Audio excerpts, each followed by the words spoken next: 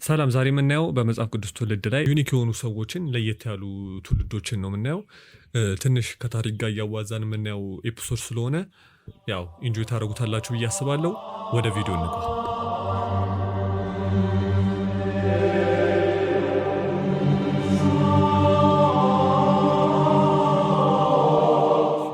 ከአዳም ሰባተኛ ትውልድ የሆነው ሄኖክ ነው። ሄኖክ ብዙዎቻችሁ የምታውቁት በኢትዮጵያ ብቻ በሚገኘው መጽሐፍ ሄኖክ ሊሆን ይችላል። ከዛም አልፎ በኦሪት ዘፍጥረት ላይ ሄኖክ አካሄዱን ከእግዚአብሔር ጋር ስላደረገ በቀላሉ እግዚአብሔር ወሰደው ይላል። በአጭሩ ሞትን ኤክስፒሪየንስ አላደረገም ማለት ነው እና በመጽሐፍ ቅዱሱ ሞትን ካልቀመሱ ሰዎች ከኤልያስ ጋር ብቸኛ ያደርገዋል። ቀጣይ የምናየው ልጁ ማቱሳላን ነው። በእርግጠኝነት በህይወታችሁ አንድ ጊዜ እንኳን እንደ ማቱሳላ እድሜያችሁን ያርዝመው ሲባል ሰምታችሁ ታውቃላችሁ። ማቱሳላ በመጽሐፍ ቅዱስ ረጅሙን እድሜ 969 ዓመት የኖረ ሰው ነው። የሚገርመው ደግሞ እድሜውን ስናሰላው እስከ ጥፋቷው ዘመን ድረስ ነበር።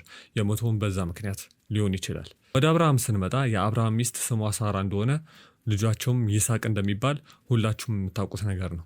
አብርሃም ግን ከሌላ ሁለት ሴቶች ልጆችን ወልዷል። የመጀመሪያዋ አጋር ስትባል ሳራ መውለድ ባልቻለችበት ጊዜ ከእሷ እንዲወልድ አድርጋ ነበር። የልጁም ስም እስማኤል ነው። እናም የአረብ ህዝቦች የትውልድ መጀመሪያ ነው ይባላል። ሁለተኛዋ ሴት ቄጦራ ስትባል አብርሃም ከሳራ ሞት በኋላ ያገባት ሴት ናት። ከእሷም 6 ወንድ ልጆችን ወልዷል። ቀጣይ የያዕቆብ ልጆችን ስናይ ከነሱ በኋላ በመጽሐፍ ቅዱስ የምታገኟቸው ሰዎች ከየነገዳቸው ነው የሚጠሩት። የነገዳቸውም ስም በእነዚህ 12 ልጆች ስም ነው የሚጠራው፣ ምክንያቱም የነገዱ መጀመሪያዎች ስለሆኑ። ግን አንድ ኤክሰፕሽን አለ፣ ዮሴፍ።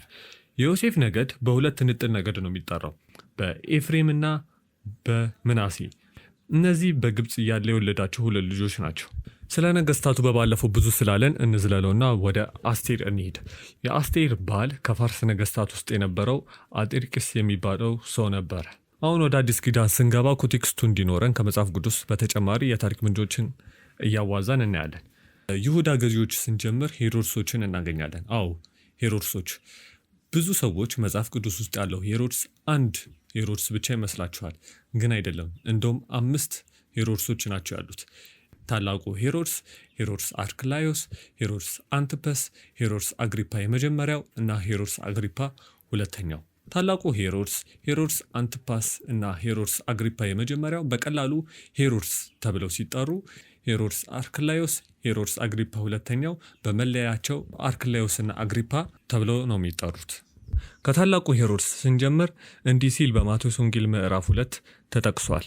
ኢየሱስም በይሁዳ ቤተልሔም በንጉሥ ሄሮድስ ዘመን በተወለደ ጊዜ እነሆ ሰብአ ሰገል የተወለደውን የአይሁድ ንጉሥ ወዴት ነው? ኮከቡን በምስራቅ አይተን ልንሰግድለት መጥተናል እያሉ ከምስራቅ ወደ ኢየሩሳሌም መጡ ይላል። ይህ ሄሮድስ ኢየሱስ ክርስቶስ በተወለደበት ጊዜ የነበረው ሲሆን ከ2 ዓመት ያነሱትን ሕፃናት የጨፈጨፈው ነው። ከዛ ሄሮድስ አርክላዮስ በማቴዎስ ወንጌል ምዕራፍ 2 በአባቱም በሄሮድስ ፋንታ አርክላዮስ በይሁዳ እንደነገሰ በሰማ ጊዜ ወደዛ መሄድን ፈራ፣ በሕልምም ተርቶ ወደ ገሊላ ሀገር ሄደ በሚለው ጥቅስ ላይ ተጠቅሷል።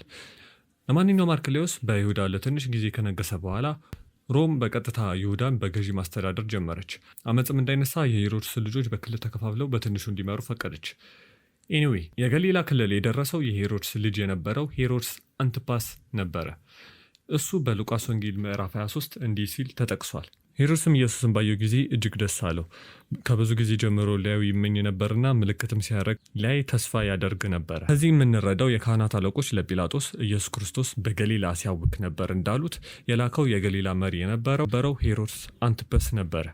የመጥምቁ ዮሐንስ አንገት እንዲቆረጥ ያዘዘው ሄሮድስ ነበረ። ሄሮድስ አግሪፓ የመጀመሪያው ደግሞ በሐዋርያት ሥራ ምዕራፍ 12 ላይ ለእግዚአብሔር ክብር ስላሰጠ መልአክ መጥቶት እንደሞተ ተገልጿል። ሄሮድስ አግሪፓ ሁለተኛው ደግሞ በሐዋርያት ሥራ ምዕራፍ 26 ጳውሎስ ፍርድ ላይ የነበረው ንጉሥ እንደነበረ ይታያል። ወደ ሮም ሹም የሆኑት የይሁዳ ገዢዎች ስንሄድ የምናገኘው ታዋቂው ጲላጦስን ነው። ክርስቶስ እንዲሰቀል የወሰነው ማለት ነው። በአይሁድ ምድር ሹመቱን ያገኘው በዛን ሰዓት የሮም ጠቅላይ ገዢ ወይም ቄሳር የነበረው በጢባሪዮስ ነበረ። እሱም በመጽሐፍ ቅዱስ ሉቃስ ወንጌል ምዕራፍ 3 ላይ የመጥምቁ ዮሐንስ አገልግሎት በጢባሪዮስ 15ኛ የንግስ ዓመት እንደጀመረ ለማሳየት ተጠቅሷል። አሁን ወደ ኢየሱስ ክርስቶስ ቤተሰቦች እንሂድ። ከእናቱ ከድንግል ማርያምና ከአሳዳጊ አባቱ ዮሴፍ በተጨማሪ በማቴዎስ ወንጌል ምዕራፍ 13 ስለ ወንድሞች ያወራል። እንደሚለውም ይህ የጠራቢ ልጅ አይደለምን? እናቱስ ማርያም ትባል የለምን? ወንድሞቹስ ያዕቆብ፣ ዮሳ፣ ስምዖን፣ ይሁዳ አይደሉምን? ይላል። መጀመሪያ እዚህ ምዕራፍ ጋር ነው ዮሴፍ ጠራቢ እንደነበረ ምናውቀው።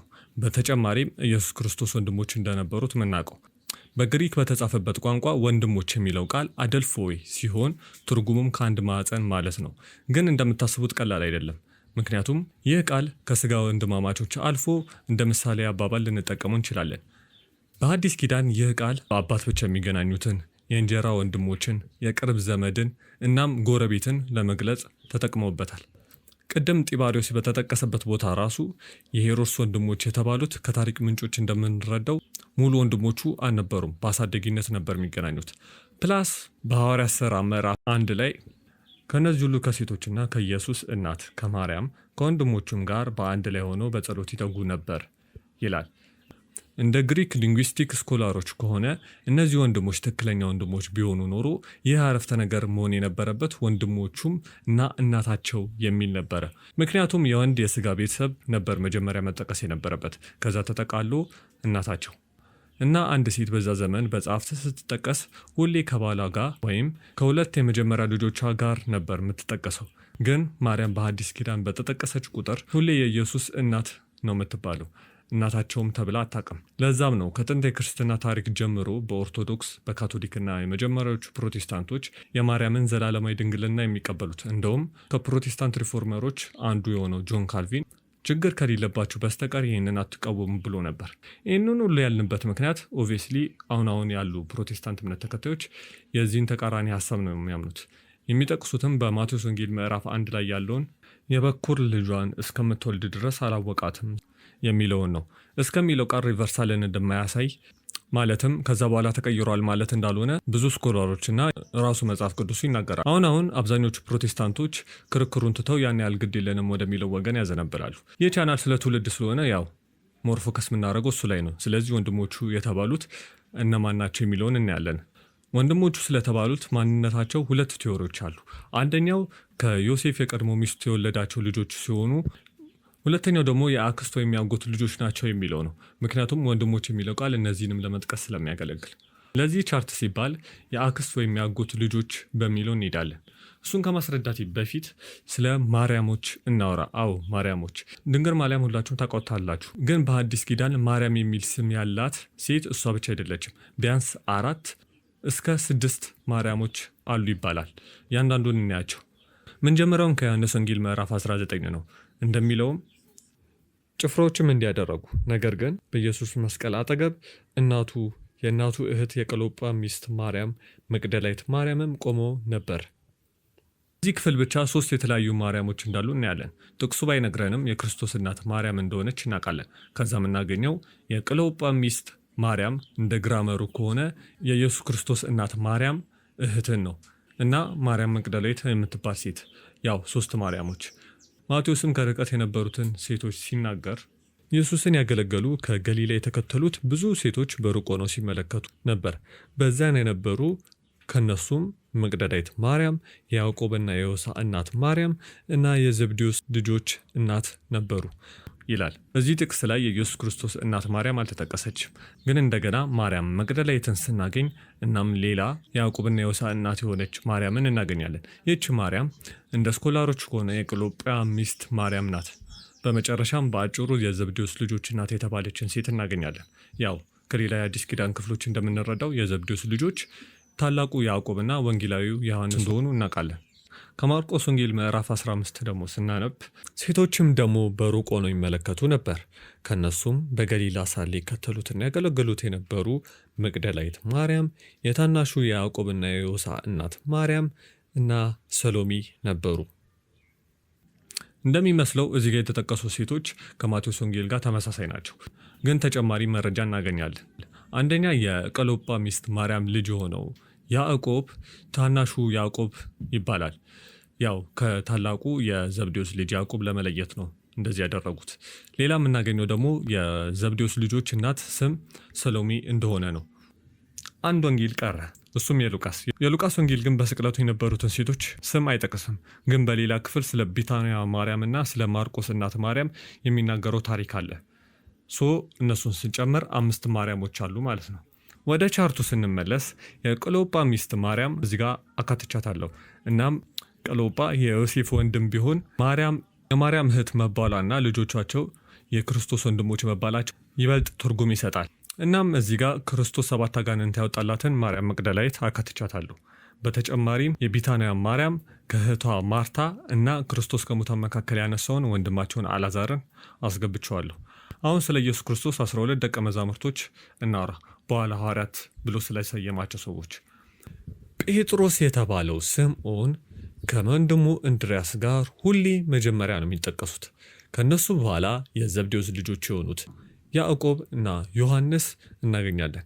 ከዛ ፊልጶስ፣ በርተሎሜዎስ ወይም ናትናኤል፣ ቶማስ እና ማቲያስን እናገኛለን። በመጨረሻም የኢልፍዮስ ልጅ ያዕቆብ፣ ታዲዮስ የተባለው የያዕቆብ ወንድም ይሁዳ እና ቀናተኛ የተባለው ስምዖንን እናገኛለን። በመጨረሻም የአስቆሮቱ ይሁዳን እናገኛለን። መጨረሻ የሚመጣው ያው እንደምታውቁት ክርስቶስን የከዳው ሰው ስለሆነ ነው። በኋላ በማቲያስ በሚባል ሰው ተተክቷል። እዚህ ጋር ኢንተረስቲንግ የሆነው ነገር የመጨረሻዎቹ 3 ሐዋርያት ከይሁዳ በስተቀር የክርስቶስ ወንድሞች ከተባሉት ሰዎች ስም ጋር ይመሳሰላል። እንደውም እንደ ስኮላሮች ከሆነ ኤልፊዮስ የሚለው ስም የቀሎጵ የሚለው ስም እንደ አማራጭ ወይም እንደ ቅጽል ሊሆን ይችላል ይባላል። ይህ ትክክል ከሆነ የአክስት ልጆች የሚለው ሀሳብ ትክክለኛ ነው ወደሚለው እናዘነብል እንችላለን። ሁሉንም ቻርቱ ላይ አካትቻችኋለሁ። ትንሽ ስለ ወንድሙ የተባለው ያዕቆብ እናወራ። 12ቱ ሐዋርያት ከመሆኑ አልፎ የኢየሩሳሌም የመጀመሪያው ጳጳስ ነበር። እናም ከጴጥሮስና ከዮሐንስ ጋር የመጀመሪያው የቤተ ክርስቲያኗ መሪ እንደነበር እናውቃለን። ለዛም ነው አሟሟቱ በዛ ሰዓት በነበረ ጆሲፖን የተባለ ገለልተኛ ጁዶ ሮማን ታሪክ ጸሐፊ በድንጋይ እንደተወገረ የጻፈልን። እናም የያዕቆብ መልእክትን የጻፈው እሱ ነው። ለዛሬ እዚህ ጋር ይብቃ። ቀጣይ ስለ ክርስትና መጣትና መከፋፈል በቻርት መልክ ስለምናይ እንዳያመልጣችሁ ሰብስክራይብ አድርጉ። ቴንኪዩ